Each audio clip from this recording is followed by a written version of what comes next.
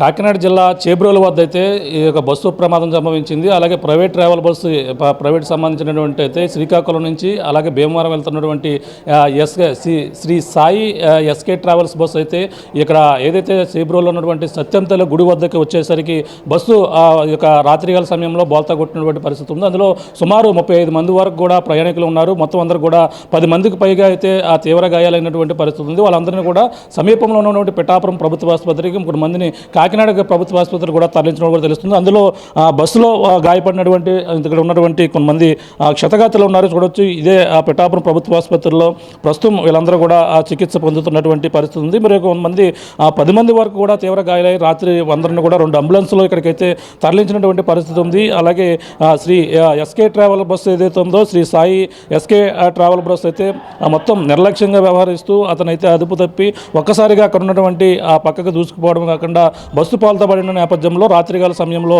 ఈ భయాందోళన గురైనటువంటి పరిస్థితి ఉంది. మాట్లాడే ప్రయత్నం చేద్దాం. అమ్మా చెప్పండి, మీరు ఎక్కడి నుంచి ఎక్కడికి వస్తున్నారు? బస్సు ఎప్పుడు ప్రమాదం జరిగింది? ఇక్కడికి వచ్చాక 1 గంటన్నర ఆ సమయంలో బస్సు ఒక్కసారిగా ఊగింది. అందరూ నిద్దట్లో ఉన్నాం సార్.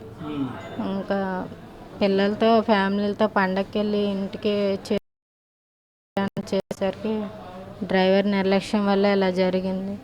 మాకున్నది ఒక్కడే బిడ్డ. ఆ బాబుకి ఏమైనా అయినా నేను ఇంకా ఇంటికి కూడా వెళ్ళడానికి లేదని. మీతో పాటు ఎంతమంది జాయిన్ అయ్యారు మీ హాస్పిటల్లో? 10 మంది వరకు జాయిన్ అయ్యారండి. వేరే కాకినాడ కొంతమంది రిఫర్ చేశారు, కాకినాడ వెళ్ళారండి.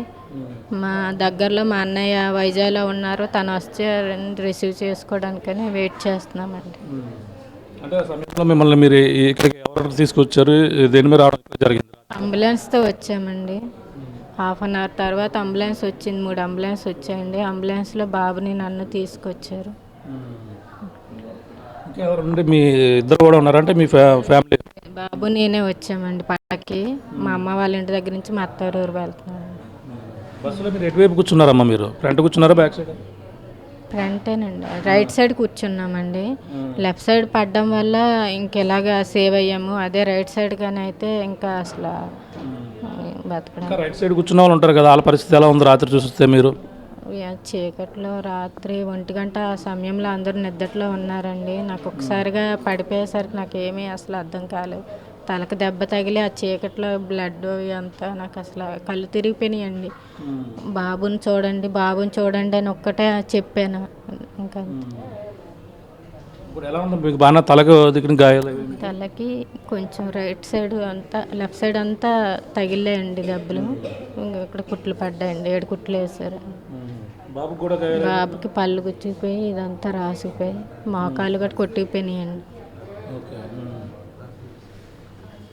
చూడొచ్చు ఇక్కడ గాయపడినటువంటి పరిస్థితి ఉంది. వీళ్ళు అలాగే వైజాగ్ నుంచి కూడా వస్తున్న నేపథ్యంలో ఈ ప్రమాదం అయితే సంభవించిందని కూడా చెప్పుకొస్తున్నారు. రాత్రికాల సమయంలో అందరూ కూడా భయాందోళన గురైనటువంటి పరిస్థితి ఉంది. నీకు రాత్రి ఎప్పుడు జరిగింది? ఇప్పుడు నీకు ప్రమాదం జరిగినప్పుడు మెలుగుగా ఉన్నా నువ్వు? లేదు, ఏం తెలియదు. పడుకున్నాను, ఒకేసారి సౌండ్ వచ్చి కింద పడిపోయా. నిన్ను ఎవరు తీశారు బయటికి బస్సులోంచి? అన్నయ్యలు తీశారు, ఎవరో తీశారు. ఎలా ఉంది నీకు? ఎక్కడెక్కడ పెయిన్ వస్తుంది ఇప్పుడు?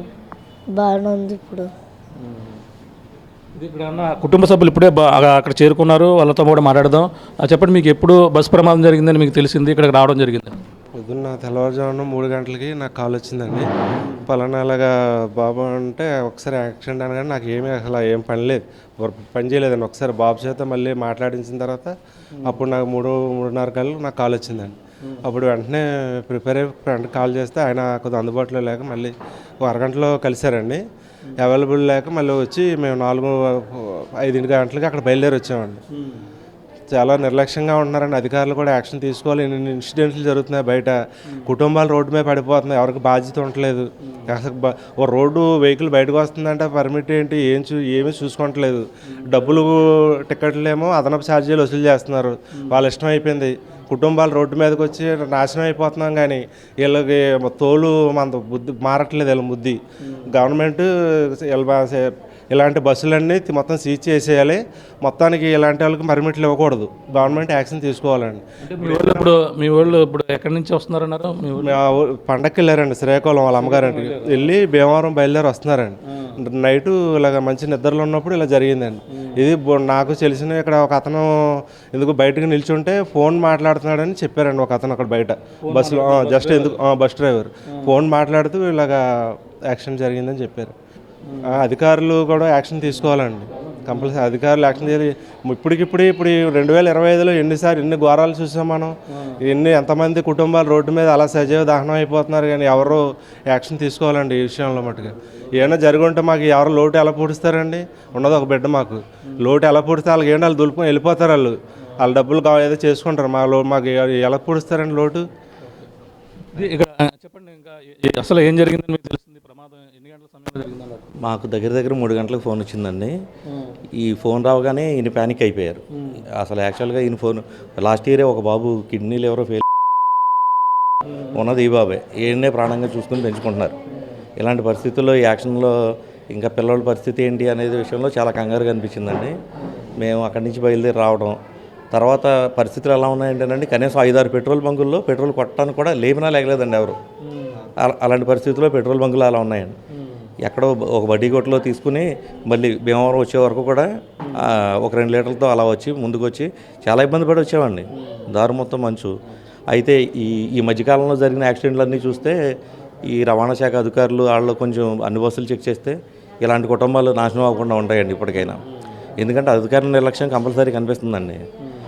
మరి ఇప్పుడు డ్రైవింగ్ వచ్చేటప్పుడు మరి ఆల్కహాల్ టెస్ట్ చేసి పంపుతారో లేదో తెలియదు. కొంతమంది అయితే ఉన్న వాళ్ళు తాగున్నాడు అంటున్నారు, కొంతమంది ఏమో ఫోన్ మాట్లాడుతూ డ్రైవ్ చేశాడు అంటున్నారు. నేను సీన్లోకి వెళ్ళానండి. యాక్చువల్గా అతను సత్తమ్మగుడి ఆపోజిట్లో జరిగిందండి, హైవేలో. అక్కడ టర్నింగ్ కూడా లేదు, ప్లెయిన్ రోడ్ అండి. ఆడు ఒక బోర్డింగ్ ఉందండి ఏదో యాడ్కి సంబంధించింది, ఆ 2 పైపుల్ని కొట్టి అదే స్పీడ్తో వెళ్ళి పడిపోయాడు తప్పండి డ్రైవర్ స్లో చేసినట్టు కూడా అనిపించలేదు. ఎందుకంటే చాలా మార్జిన్ ఉందండి, మార్జిన్ దాటి పెద్ద గొయ్యి ఉంటే దాంట్లో పడిపోయిందండి బస్సు. మరి వీళ్ళు ఈ మాత్రం దెబ్బలతో బయటపడడం అనేది చాలా అదృష్టంగా భావిస్తున్నాం. బస్సులో ఆ టైంలో ప్రమాదం జరిగినప్పుడు ఆ టైం బస్సు అయితే ఫుల్గానే ఉందంటండి. మ్యాక్సిమం ఫుల్ అంటే 30 మెంబర్స్ అంతమంది ఉండొచ్చు. అయితే మేము ఇక్కడ పొద్దున్న మార్నింగ్ ఈ హాస్పిటల్కి వచ్చేసరికి 11 మంది ఇక్కడ అడ్మిట్ అయ్యారంటండి. ఇక ఒక్కొక్కరు డిశ్చార్జ్ అయ్యి వెళ్తున్నారు. ఇప్పుడు అసలు ఆ బస్సు పరిస్థితి ఏంటి, ఆ డ్రైవర్ పరిస్థితి ఏంటి, అసలు వీళ్ళకి ఏం సమాధానం లేదండి ఇప్పటి వరకు. ఈ హాస్పిటల్ సిబ్బంది అయితే బాగానే సపోర్ట్ చేశారండి.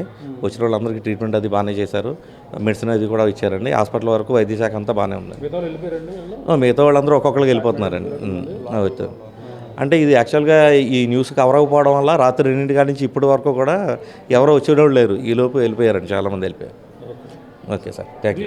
పరిస్థితి ప్రస్తుతం వాళ్ళంతా కూడా ఇప్పుడు కన్నీరు మునిగా వెళ్ళిపిస్తున్నారు. ఎవరైతే గాయపడిన వారిని ఒక్కొక్కరు కూడా ఇక్కడ ఏదైతే పిఠాపురం ప్రభుత్వ ఆసుపత్రిలో కొంతమంది చికిత్స పొందుతున్నారు, అలాగే కాకినాడలో కూడా కొంతమంది చికిత్స పొందుతున్నారు. 35 మందికి పైగా కూడా మొత్తం ప్రయాణికులు ఉన్నారు. డ్రైవర్ నిర్లక్ష్యంగానే అలాగే మొబైల్ చూస్తూ ఈ విధంగా డ్రైవ్ చేస్తూ అతను ఈ విధంగా ఢీ కొట్టడానికి కొంతమంది చెప్పుకొస్తున్నారు. ఇప్పుడు ప్రస్తుతం ఆ బస్సు ప్రమాదం జరిగిన తీరును చూస్తే అందరూ కూడా భయాందోళన గురి చేస్తూ ఈ యొక్క ప్రాంతాన్ని చూస్తే అంతా కూడా భయపడుతున్నటువంటి పరిస్థితి ఉంది. ఎందుకంటే రాత్రిగాల సమయంలో, అర్ధరాత్రి సమయంలో ఈ ప్రమాదం 1:30-2 ప్రాంతంలో కూడా జరిగినటువంటి పరిస్థితి ఉంది. ఇలా శ్రీకాకుళం నుంచి భీమవరం వెళ్తున్న నేపథ్యంలోనే అలా ఈ యొక్క పండక్కని వెళ్ళి తిరిగి వస్తున్న నేపథ్యంలో ఈ ప్రమాదం అయితే సంభవించింది. మొత్తం 10 మంది వరకు కూడా తీవ్ర గాయాలైనటువంటి పరిస్థితి ఉంది. అందులో వీళ్ళకు కూడా తలకి బలమైన గాయం అవడంతో కుర్రోడు కూడా ఇక్కడ బాబుకు కూడా తీవ్ర గాయాలైన కూడా వీళ్ళంతా కూడా కన్నీరు మున్నీరు వెళ్ళిపిస్తున్నారు. అంతేకాకుండా ఈ సమాచారం తెలిసిన వెంటనే భీమవరం నుంచి కొంతమంది, అలాగే వైజాగ్ నుంచి మరికొంతమంది కూడా వాళ్ళ కుటుంబ సభ్యులు ఏం జరిగిందో తెలియక వాళ్ళందరూ కూడా పరుగులు తీస్తూ ఇక్కడికైతే హాస్పిటల్కి అయితే చేరుకున్నటువంటి పరిస్థితి ప్రమాదంగా ఉంది. ఇటువంటి ప్రమాదాలు మళ్ళీ జరగకుండా అధికారులు సరైన చర్యలు తీసుకోవాలంటూ కూడా కోరుతున్నారు. పండగ కావడంతోనే అధిక బస్సుల్లో దోపిడీ ఎక్కువగా చేస్తూ ఈ నేపథ్యంలో ప్రమాదాలు జరుగుతున్నప్పటికీ ఎవరు కూడా పట్టించుకుంటడం లేదు. ఇప్పుడు ఉన్నటువంటి బస్సు ఎటువంటి పర్మిట్ ఉంది, ఎటువంటి డ్రైవర్ ఏ విధంగా ఉన్నాడు, అలాగే పూర్తిగా అతను ఉన్నాడా లేదైతే మద్యం సేవించి ఉన్నాడు, ఇటువంటివన్నీ కూడా పూర్తిగా అధికారులు చెకింగ్ చేస్తూ ఉంటే ఇటువంటి ప్రమాదాలు జరగకుండా ఉంటాయని కూడా వాళ్ళందరూ కూడా చెప్పుకొస్తున్నారు. ఎన్నో ప్రమాదాలు తరచూ కూడా చూస్తున్నాం. ఈ రోజు కూడా పండగని వెళ్ళి తిరిగి వస్తున్న నేపథ్యంలో అందరూ కూడా ఈ ప్రమాదం చోటు చేసుకోవడంతో కుటుంబ సభ్యులైతే తీవ్ర గాయాలతో కన్నీరు మున్నీరుగా అందరూ కూడా విలపిస్తున్నటువంటి పరిస్థితి పిఠాపురంలో ప్రభుత్వ ఆసుపత్రి కనపడుతుందని మనం ప్రధానంగా చెప్పవచ్చు. దిక్కునున్న తాజా పరిస్థితి. కెమెరాలతో ప్రకాష్, RTV, పిఠాపురం నుంచి. Local to global news at your finger tips. మీ చేతిలో ఒక ఆయుధం. Download R TV app. Media legend Ravi Prakash is back.